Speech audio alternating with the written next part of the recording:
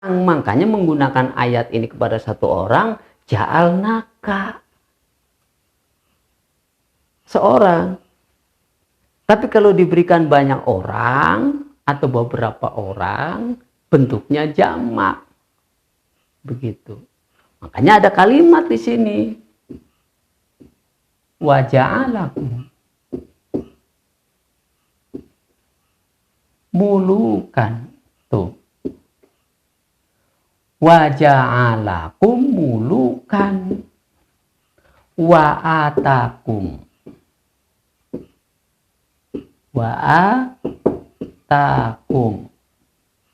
malam yu'ti ahada minal alamin. Ini kan jamak. Ini ada di surat 5 ayat 20. Ya. Diberikan kepadamu jamak mulukan, kekuasaan, kerajaan. Ya. Dijadikannya kamu dan diberikannya kepadamu mulukan. Jamak. Jadi sudah disiapkan ayatnya. Jadi jangan bilang nggak ada demokrasi, nggak ada, jangan. Ya. Kemarin juga udah disinggung kan? Ya, fauqa aidihim. Ya, fauqa aidihim. Ya, fauqa aidihim. Tangan Allah di atas tangan mereka. Tangan kan kekuasaan. Jadi kekuasaan Allah diberikan kepada mereka. Mereka kan juga kan banyak. Kan begitu saudara. Jangan bilang demokrasi nggak ada. Istilahnya saja yang muncul kemudian. Tapi bahasa Qur'annya sudah ada jauh lebih dahulu sebelum prakteknya ada.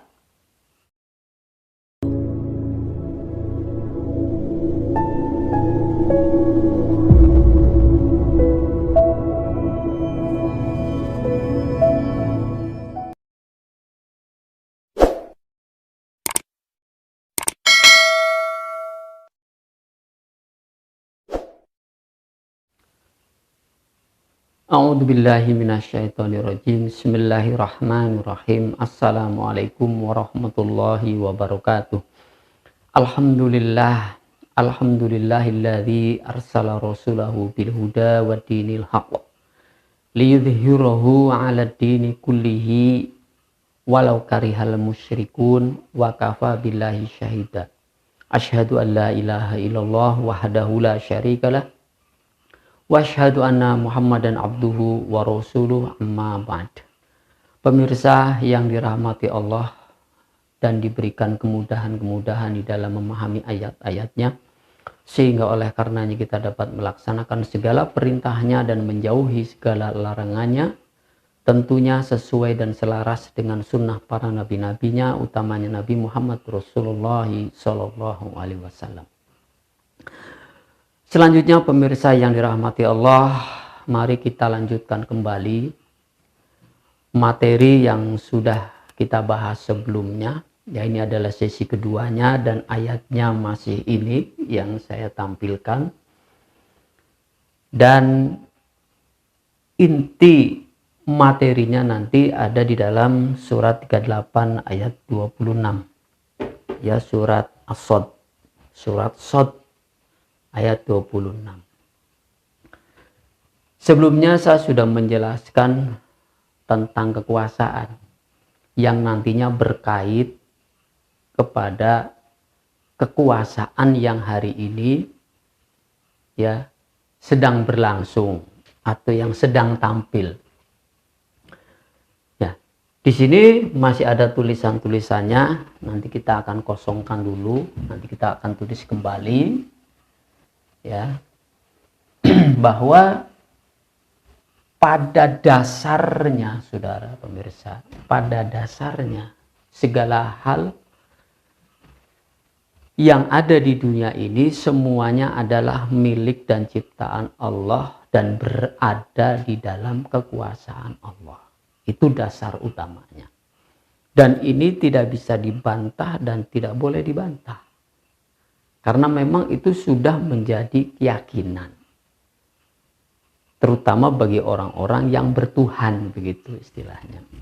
Ya, sudah menjadi keyakinan. Ya, kalau mengacu dari ayat ini ya tentang masalah khalifah atau khilafah ya yang diberikan kepadanya ya kepada Nabi Daud, memperlihatkan bahwa memang kekuasaan itu milik Allah yang kemudian diberikan kepada manusia. Makanya di zaman para nabi, para rasul itu ya kita sebut dalam bahasa Qur'annya itu adalah mulkiyatillah, kekuasaan Allah, kerajaan Allah. Ya. Makanya Allah disebutnya Al-Malik atau Malik, pemilik daripada kekuasaan. Maka diberikanlah kepada manusia yang levelnya, tingkatannya adalah nabi atau rasul. Maka sebutannya ya dalam bahasa Yunani itu adalah teokrasi. Bahasa Qur'annya mulkiyatillah. Ini mulanya, ini bahasa yang populer nih. Ini kreasi, ini kekuasaan, Teo ini Tuhan, kan begitu. Bahasa Qur'annya tadi mulkiyatillah. Nah, jadi ini bahasa Yunani, bahasa Qur'annya tadi. Lalu setelah masa kenabian selesai, masalah kerasulan selesai, istilahnya berubah lagi. Tapi maksudnya sama, intinya sama, saudara. Begitu. Ya, maksudnya sama, intinya sama. Setelah kenabian selesai, setelah kerasulan selesai, namanya pakai ini nih. Khilafah. Khilafatullah. Nah, khilafatullah sama juga. Atau khilafatullah, kekuasaan Allah, sama. Ya. Cuma bukan nabi dan rasul. Ya. Kesininya nih bukan nabi dan rasul. Tapi orang yang bukan nabi, orang yang bukan rasul, seperti Abu Bakar, Umar, Utsman, wa Ali. Dan seterusnya sampai bani-bani tersebut, keturunan-keturunannya tersebut. Ya. Jadi khilafah atau khilafatillah. Nah. Begitu, saudara. Ya karena memang di zaman para nabi, para rasul sampai kepada zaman para khalifahan itu adalah sifat kekuasaannya itu adalah satu orang. Ya, berada di tangan satu orang, makanya disebut monokrasi. Ini saya kasih pengantar dulu, saudara. Monokrasi. Lah, kalau lebih dari satu orang yang diberi kuasa, makanya sebutannya demokrasi. Begitu, saudara. Demokrasi, monokrasi. Ini bentuknya kerajaan. Ini bentuknya republik, begitu. Lah Qur'annya udah ada, bahasanya tersendiri sudah ada. Cuman orang menerjemahkan bahasa itu sesuai dengan ya keadaannya, sesuai dengan bangsanya. Bangsa Yunani menyebutnya adalah monokrasi, demokrasi, teokrasi. Qur'annya sudah ada bahasanya jauh lebih dahulu. Mulkiyatillah, khilafatullah atau khalifah. Begitu. Nah, bentuk pemberiannya juga begitu sama. Diberikan kepada satu orang atau diberikan kepada beberapa orang. Makanya menggunakan ayat ini kepada satu orang, ja'alnaka. Seorang. Tapi kalau diberikan banyak orang atau beberapa orang, bentuknya jamak. Begitu. Makanya ada kalimat di sini. Wa ja'alakum. mulukan. Tuh. Wa ja'alakum mulukan wa atakum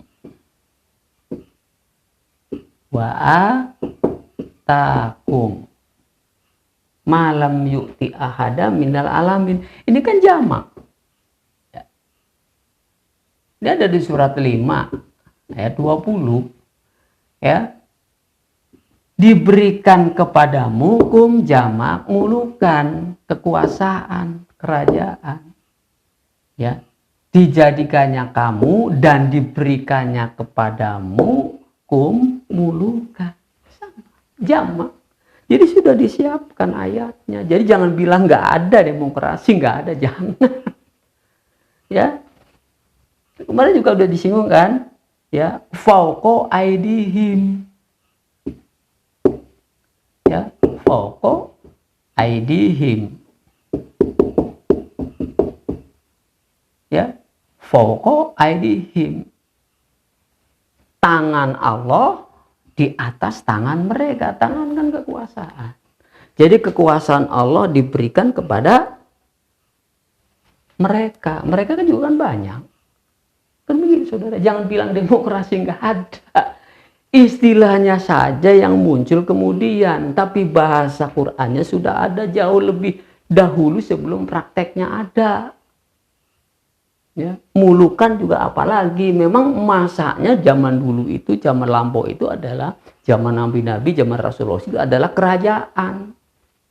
Ini Nabi Daud kan sebelumnya sudah menjadi raja. Kemudian diangkat oleh Allah, ditetapkan sebagai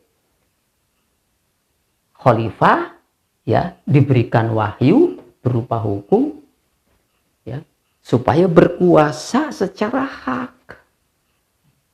Jadi sebelum mendapatkan wahyu, kekuasaan Daud juga dinilai batil. Karena apa? Itu adalah usaha sendiri dalam mewujudkan kekuasaan.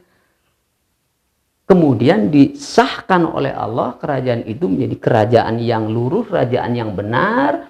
Makanya ada peringatan di situ. Nantinya, ini aja kita bahas nih. Bilhaq wala tatabi'il hawa. Sekiranya Nabi Daud menolak wahyu, menolak Quran, maka dia akan mengikuti kemauan dirinya.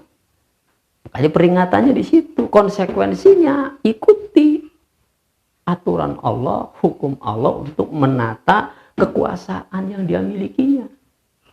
Begitu saudara. Nah, jadi antara monokrasi dengan demokrasi itu adalah bahasa kekinian yang dulu dipakai oleh zaman Romawi. Bangkur aja sudah ada, gitu saudara. Paham saudara? Ya, oke, kalau sudah paham, ya jadi nggak ada lagi istilah apa namanya, demokrasi nggak ada, sunahnya nggak ada, Qurannya nggak ada, wahyunya nggak ada, dasarnya itu dasarnya sudah ada semua.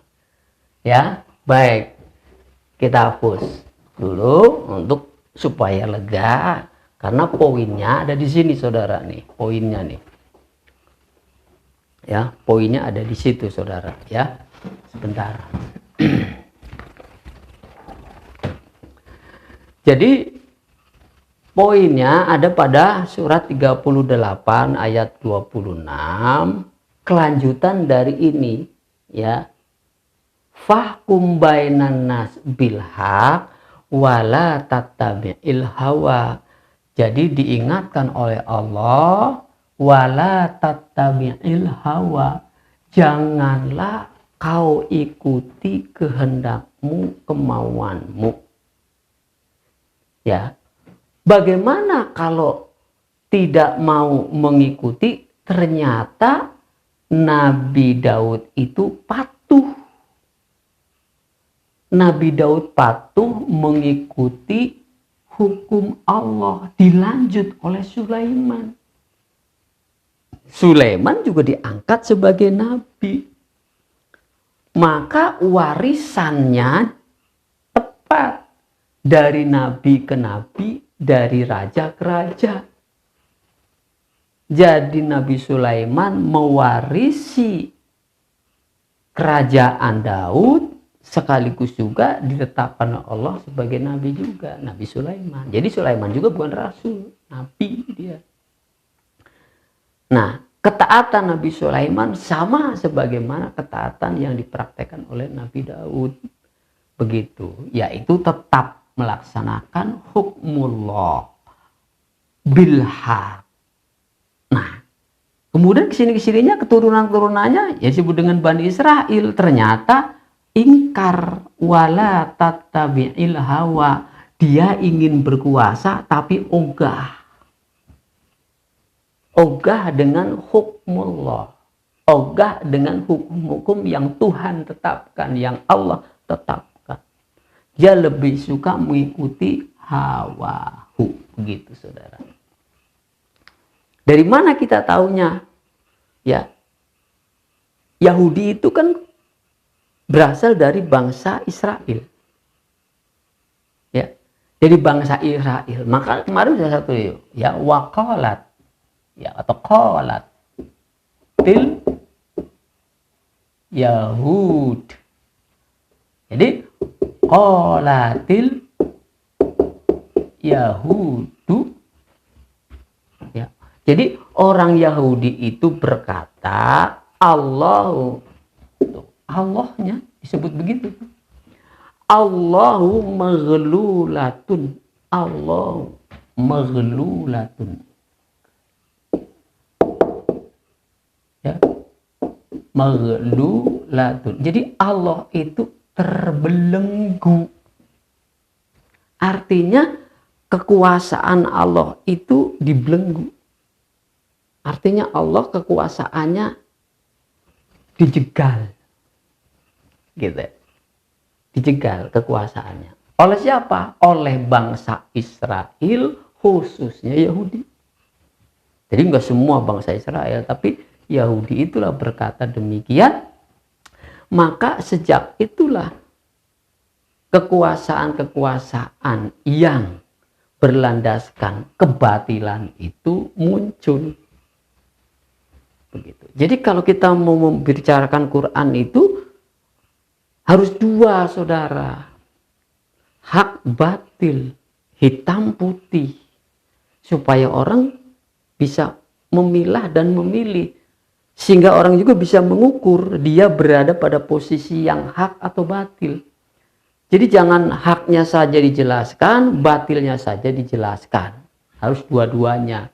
Jadi orang supaya bisa membanding mana ucapan yang hak, mana ucapan yang batil, mana perbuatan yang hak, mana perbuatan yang batil, mana posisi yang hak, mana posisi yang batil. Kan begitu. Ya karena dinul hak, dinul batil begitu. Quran itu begitu, saudara. Selalu. Nah, berarti ini kekuasaan Daud, Sulaiman adalah kekuasaan yang hak. Sedangkan kekuasaan yang batil, contohnya Namrud, contohnya Fir'aun, contohnya Abu Jahal, itu punya kuasa juga. Ya, begitu. Ya, jadi memang karena teokrasi itu adalah kekuasaan Tuhan. Nah, kemudian yang tidak mau dengan Allah sebagai Tuhan, dia ambil hawa nafsunya sebagai Tuhan. Afaro'aita manittahoda ilahahu hawahu. Tahukah kalian orang yang menjadikan hawa nafsunya sebagai Tuhan? Itulah Fir'aun. Makanya Fir'aun mengaku Tuhan. Ana rabbukumul a'la. Sayalah Rob, sayalah penentu, sayalah ilah. Nah, jadi penjegalan itu di situ. Gitu. Bagi orang Yahudi, ya Allah bantah. Karena dia yang mengucapkan kalimat itu, maka Allah bantah, ghullat aidihim. Ya. Boleh katakan sudah diklaim oleh Allah, artinya sudah dikunci oleh Allah bahwa orang Yahudi tidak memiliki kekuasaan. Karena di situ ya mereka lah yang terbelenggu. Ya, maka sampai detik ini sebenarnya ya kalaupun dia memiliki kekuasaan itu dipermasalahkan terus. Jadi nggak punya kekuasaan, nggak punya negara namanya Yahudi itu. Ya, nah itu karena Allah itu sudah mengatakan demikian. Jadi semacam kayak boleh katakan kutukan ya kutukan gitu kan. Ghullat aidihim. Tidak, Allah tidak akan memberikan kekuasaan kepada mereka. Orang-orang yang mengatakan Allah itu terbelenggu. Begitu saudara. Ya. Nah, mari kita lanjut. Bagaimana orang-orang atau nasibnya orang-orang yang mengatakan demikian. Kata Allah begini, dalam ayat selanjutnya saudara. Fayudillaka.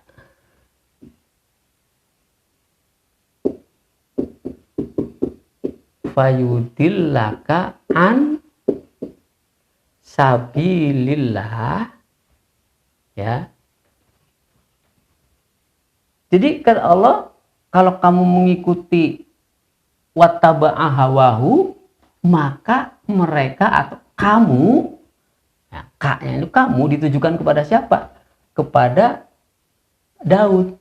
Ya, maka Daud sudah diingatkan, maka Daud itu taat, tidak melakukannya.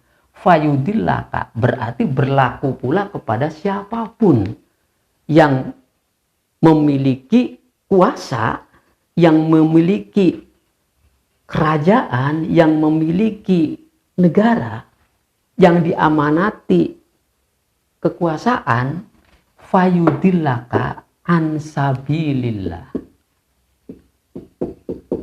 Ansabilillah. Dia akan sesat dari jalan Allah. Ya kan? Maka selanjutnya innalladzina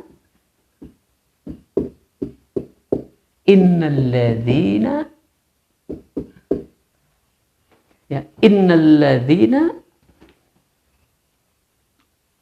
ya ansabilillah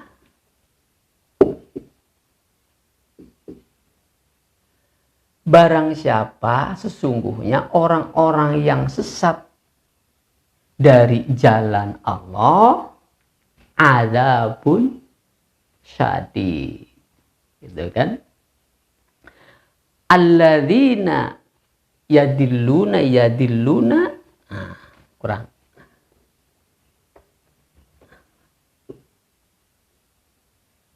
Alladzina yadilluna an sabilillah ya adzab bun syadid.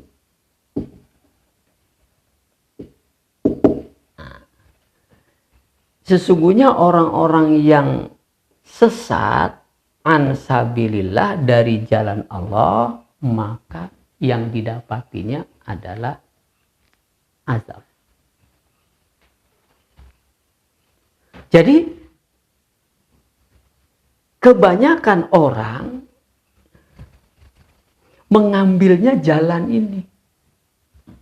Ketika memiliki kekuasaan, ya, tidak seperti Nabi Daud, tidak seperti Nabi Sulaiman. Tapi dia mengikuti wataba'awahu, kekuasaannya itu dia ambil, ya, dia peroleh, tetapi hukum-hukum Allahnya dinafikan, ditiadakan. Seperti kalimat ini. Nah kan itu persoalannya. Jadi dia tidak mau menggunakan hukum Allah, hukum Tuhan untuk menata, mengatur kehidupan. Itu problemnya. Nah, begitu saudara. Nah, dengan kondisi seperti itulah maka rusaklah tatanan kehidupan di muka bumi ini. Nah, yang tampil ya orang-orang yang memiliki kuasa dengan menafikan hukmullah itu ya kan dirasakan makanya alladzina di bawahnya itu kan jadi banyak alladzina, jadi kan diikuti oleh masyarakatnya, oleh rakyatnya, oleh orang yang dikuasainya, kezoliman itu diikuti, maka kan terbawa semua. orang yang dipimpinnya itu akan terbawa, akan dinilai oleh Allah seperti itu. Siapa yang mematuhi, mentaati orang yang punya kuasa, tidak mendasarkan kepada hukmullah, maka yang di bawahnya, yang dikuasainya akan dibawa, akan dijerumuskan kepada kesesatan juga. Begitu. Itulah kita mesti berlindung. Begitu, saudara. Nah, baik, dengan demikian kita bisa lihat, ya, kita bisa lihat bahwa tadi saya atau sebelumnya saya sudah menjelaskan, ya. Jadi demokrasi boleh dibolehkan oleh Allah, ya, asalkan tadi tetap di sini pakainya fahkum bainan nas bil haq, boleh. Jadi jangan menilai oh demokrasi itu batil, ya, batil. Ya kan bisa bilang bahwa hak dan batil itu mesti ditampilkan, berarti ada demokrasi yang hak, ada demokrasi yang batil. Demokrasi yang batil ketika melepaskan diri dari Allah.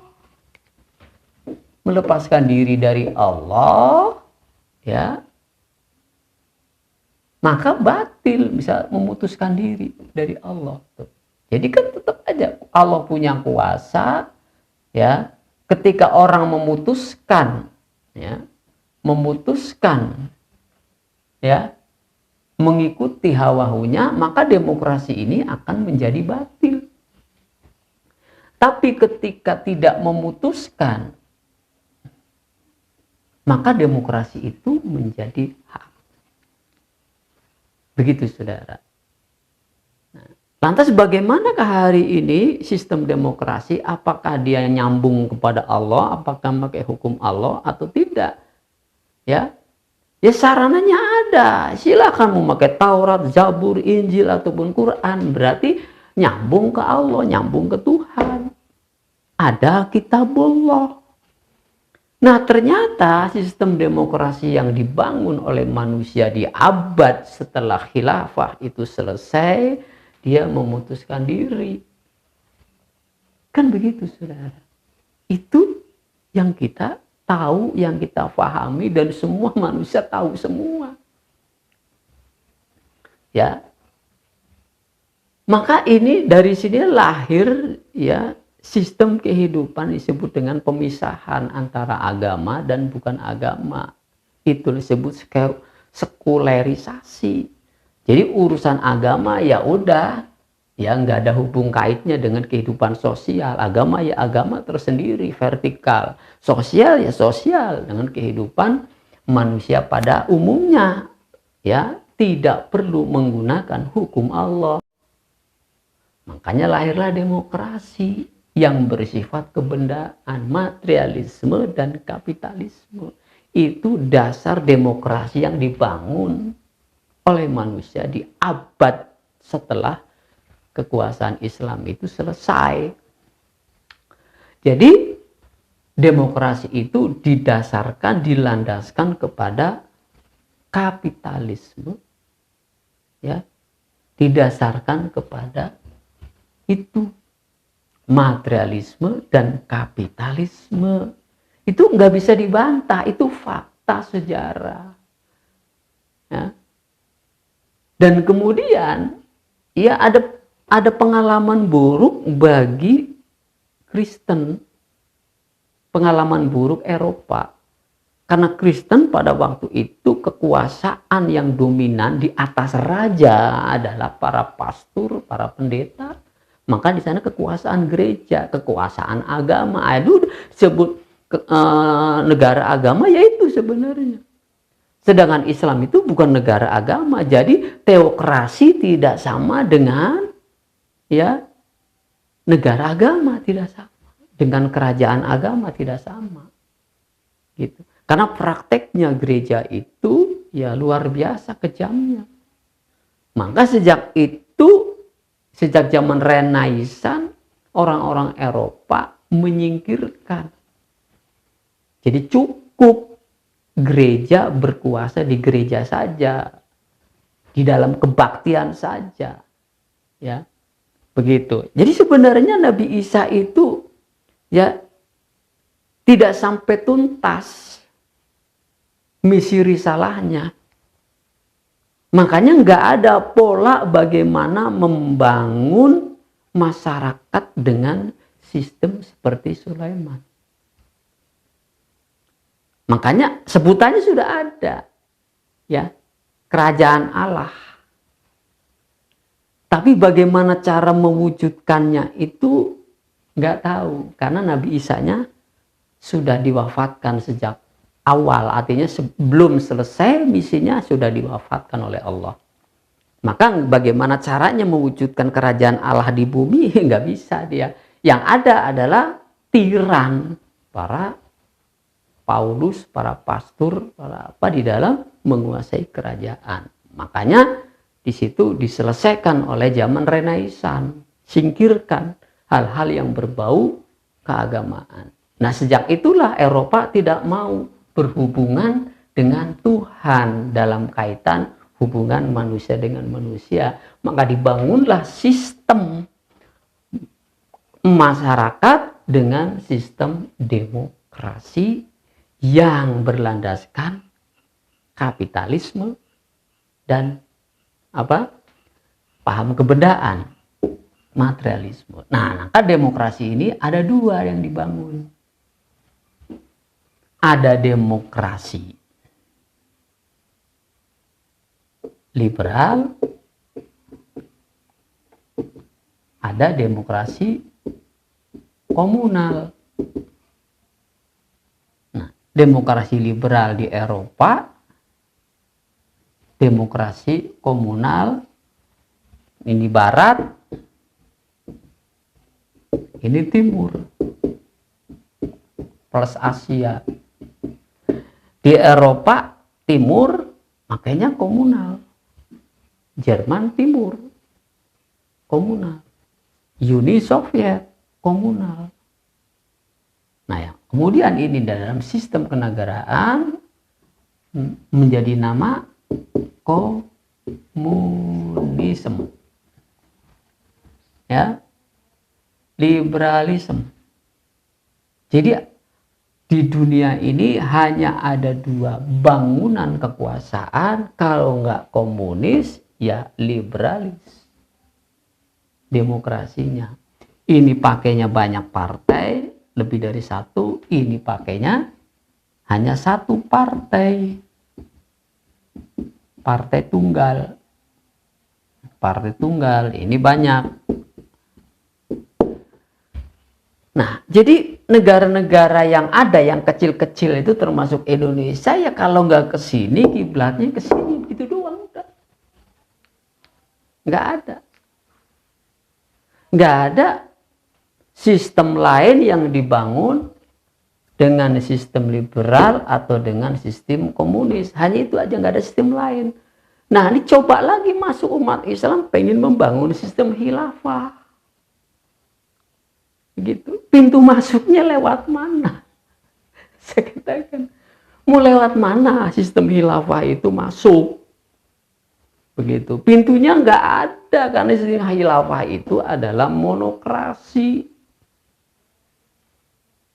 Ya, monokrasi, kekaisaran, kekhalifahan, kerajaan. Sekarang dunianya hari ini adalah dunia demokrasi. Wong kerajaan aja sudah harus ada parlemennya. Ya. Belanda, Inggris, Prancis itu kan peradaban masa lalu yang sampai hari ini masih eksis, tapi harus dimodif dengan adanya parlemen, adanya perdana menteri, begitu saudara. Karena memang zamannya adalah zaman ini, sudah tidak lagi zaman monarki. Nah, sebenarnya khilafah adalah zaman monarki, zaman kerajaan. Sistem khalifah itu sama dengan kerajaan, mulkiyatillah, khilafatillah, begitu. Nah, sekarang mau masuk di dalam Dunia seperti ini. Ya, baru merintis kecil aja sudah dihapus. Kan begitu saudara. Nah jadi dari mana? Kan gak tahu caranya jadinya. Begitu kan? Nah itu saudara. Nah lantas sekarang ini dunianya. Namun kuasa Allah harus tetap dibangun dan akan dibangun dan Allah berkehendak. Itu kehendak Allah. Lantas siapa yang mau ikut dengan kehendak Allah? Membangun sebagaimana yang pernah dibangun oleh para nabi, oleh para rasul, oleh para khalifah. Ya, begitu kan? Isarohnya sudah ada tadi, foko aidihim. Isarohnya sudah ada tadi. Ya. Wa atakum mulukan. Allah berikan bukan hanya pada satu orang saja, karena zaman nabi sudah ditutup, rasul sudah ditutup, khalifahan juga sudah tidak match lagi dengan hari ini. Ya. Jadi istilahnya saja saudara ya yang diganti, tapi prinsipnya sama. Apa? Kekuasaan. Bagaimana mukmin berkuasa. Begitu aja. Jadi pintu masuknya kan cuma ini. Ya, pintu masuknya ini. Tapi belum terlaksana. Padahal jauh-jauh hari sudah diaba-abakan namun juga tidak dilaksanakan. Ingat, ketika Ali wafat, nih sejarah, ketika Ali radhiyallahu anhu wafat, itu dalam kondisi kisruh, maka digantikan Ali itu oleh putranya. Umat cenderung mengangkat, menunjuk Ali, menunjuk Hasan, putra Ali. Ada dua ya, Hasan dan Husain. Ya, jadi Hasan sebagai khalifah, tapi nggak lama. Nah, kekisruhan semakin meningkat, maka Hasan menyerahkan kepada Muawiyah supaya umat Islam tidak berperang, terus-menerus berselisih. Tapi amanat Hasan itu ketika Muawiyah selesai atau wafat, serahkan kepada umat. Nah, berarti di situ adalah sistem ini yang akan dilaksanakan sebenarnya. Serahkan kepada umat. Umat yang nantinya menentukan, mengangkat, menunjuk, menetapkan khalifah berikutnya. Ya.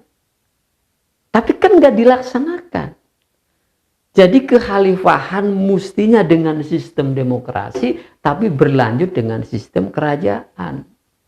Kan di situ ada dinasti Abbasiyah, dinasti Muawiyah.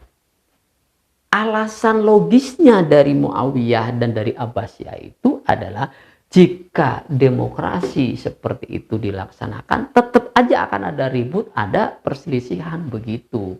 Alasan argumentasinya Muawiyah, maka lebih baik tetapkan dari sekarang ditunjuk putranya Yazid.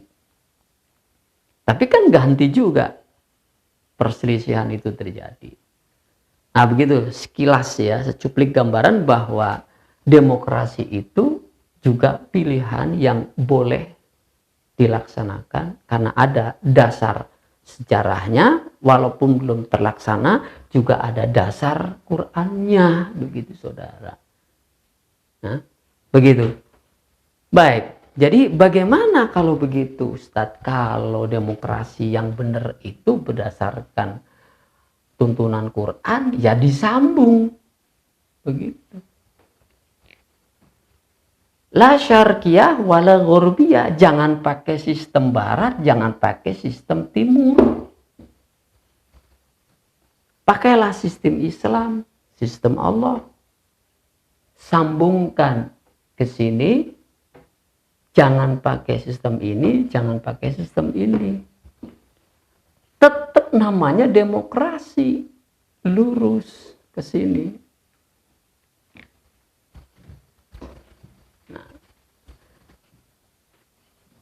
Nah, lantas bagaimana sistem yang lurus, demokrasi yang lurus itu? Ya, jadikan Allah ini tetap sebagai sandara. Ya, saya katakan ini yang belum populer dan mungkin belum ada pembahasan. Kita masuk ke dalam negeri kita, ya. Kita tidak meluas ke sana, tapi yang jelas negeri kita juga, Indonesia, memakai sistem demokrasi. Demokrasi liberal, demokrasi komunal, ya, itu nggak bisa dihindari. Mau tidak mau Republik Indonesia juga mengadopsi dua sistem ini dalam prakteknya. Ya, dulu Hasan menghendaki demokrasi keumatan. Serahkan kepada umat. Tapi ditolak oleh Muawiyah.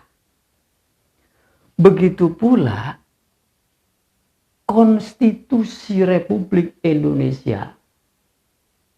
Para pendahulu bangsa yang mayoritinya Muslim menghendaki demokrasi berketuhanan.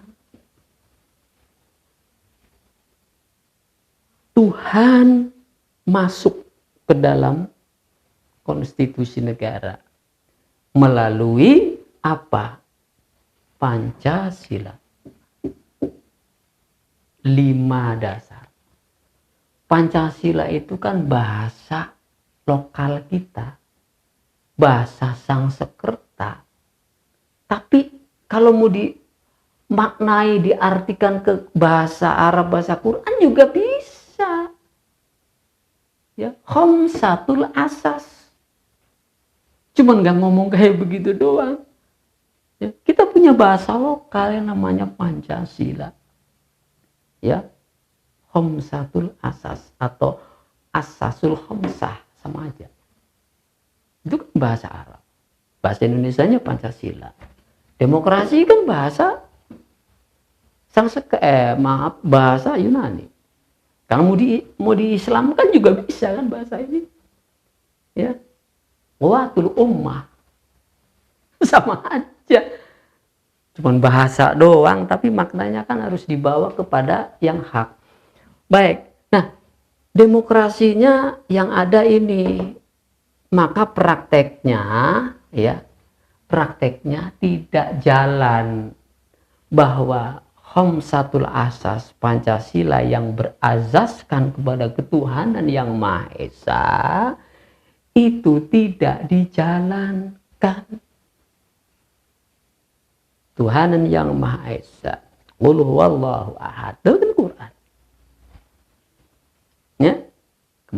Ya, terus kemudian apa? Kemanusiaan yang adil dan beradab, sampai keadilan sosial bagi seluruh rakyat Indonesia. Quran semua. 5-5-nya dasarnya Quran.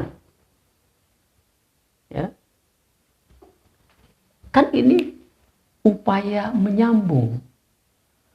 Makanya demokrasinya bukan komunal, bukan liberal, tapi apa? Kultural.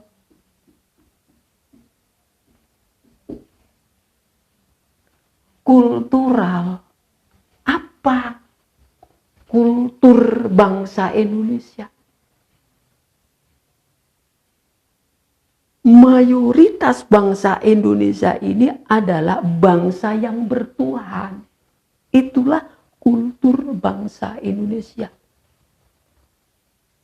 Islam, Hindu, Buddha, Kristen, itu mengakui Tuhan. Jadi kultur bangsa Indonesia itu adalah bangsa yang bertuhan. Bukan bangsa komunis, bukan bangsa liberal. Jadi demokrasinya itu adalah demokrasi kultural yang mesti dibangun, yang mesti dipraktekkan. Demokrasi kultural adalah demokrasi keumatan. bahasa Qur'annya, bahasa Indonesianya adalah demokrasi kerakyatan. Ini tidak dipraktekkan. Yang dipraktekkan adalah demokrasi liberal dan demokrasi komunal. Lihat dalam sistem ekonominya. Padahal Indonesia asasinya, demokrasinya adalah demokrasi kultural, demokrasi kerakyatan. Itulah yang disebut dengan demokrasi Pancasila yang berketuhanan Maha Esa. Tetapi itu dinafikan, wala tattabi'il hawa, dan sama tetap tidak mengindahkan kalimat ini. Ia lebih suka mengikuti hawahu, ittiba hawahu. Jadi pakai sistem ini ekonominya. Dulu pernah mencoba untuk membangun komunisme di Indonesia, gagal. Membangun sistem liberal juga gagal. Nah, padukan keduanya. Jadi memang negara komunisnya itu nggak berhasil berdiri di Indonesia. Negara liberal yang seperti Amerika juga nggak berhasil di sini. Maka dipadu keduanya. Jadi sistemnya saja dalam mengatur ekonomi, ngatur pendidikan, ngatur segala-galanya pakai itu. Negaranya bukan. Negaranya bukan negara liberal, bukan negara komunal. Negaranya Republik Indonesia. Tapi sistem yang berlangsungnya di situ adalah sistem liberal, sistem komunal, kapitalis, liberalis, sama aja. Harus dilihat. Itulah yang diadopsi oleh partai-partai yang ada di Indonesia, sistem ekonominya. Tidak ada sistem ekonomi kerakyatan. Jadi sistem ekonomi kerakyatan itu adalah sistem ekonomi Islam. Paham? Ekonomi keumatan, ekonomi kerakyatan itu adalah ekonomi Islam. Sudah ada undang-undangnya. Pasal 33, pasal 34 itu adalah ekonomi Islam, saudara. Ya, paham? Tapi nggak ada yang melaksanakan itu. Dia lebih suka melaksanakan ekonomi kapitalis, liberalis, ataupun komunis. Ya. Jadi kekayaan diambil secara individu, kekayaan diambil secara kelompok. Ya. Jadi ada korupsi dengan atas nama negara, ya sistem kelompok. Lalu nanti dinikmati ekonomi itu secara individu. Ya. Makanya kalau negara yang dibangun atas demokrasi kultural nggak akan ada korupsi, saudara. Paham, saudara? Nah, itulah yang saya katakan bahwa sudah lama ini tidak dipraktekkan sistem demokrasi kultural. Ya, nggak dipraktekkan. Sebagaimana dulu ketika Hasan ya merekomendasikan kepada Muawiyah agar kembali kepada umat, serahkan kepada umat agar diangkat oleh umat khalifah itu. Ya, sama. Pancasila yang berasaskan ketuhanan yang Maha Esa itu sistem demokrasinya kembalikan kepada rakyat. Maka rakyat yang akan menentukan, bukan partai. Nah, ini partai yang menentukan di sini. Makanya kalau nggak komunal, ya liberal. Nah, itu saja saudara yang dapat saya sampaikan. Jadi bagaimana posisi kita hari ini? Ya kita harus memposisikan sebagai pejuang demokrasi kultural. Begitu, saudara. Agar Allah hadir di dalam Republik Indonesia. Jadi sudah lama Republik Indonesia ini dibajak sebenarnya oleh demokrasi batil. Demikian. Hadzanallahu wa iyyakum ajmain. Walhamdulillahi rabbil